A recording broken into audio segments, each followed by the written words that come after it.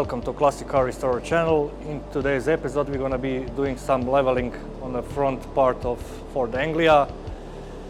We're going to be leveling the filler roughly with 80 sandpaper and making sure that all elements fit properly back onto the car. After we finish leveling the filler, we're going to be dealing with front grille, which is quite awful. So when she fits in, you can see that the gaps should be closed like here, but we have major issues on this part around here. So we're going to be trying to adjust the front mask to the face of the car.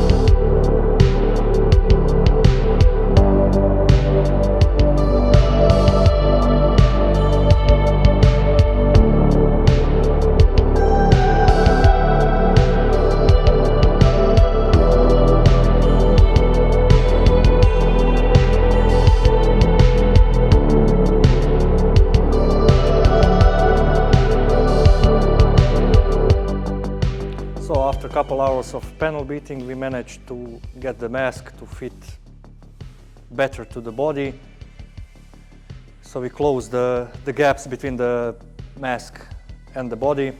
We push her a couple times through the English wheel to get round shape of the mask back to its previous form, so the owner doesn't need to buy new mask, which we would need to readapt to the car again.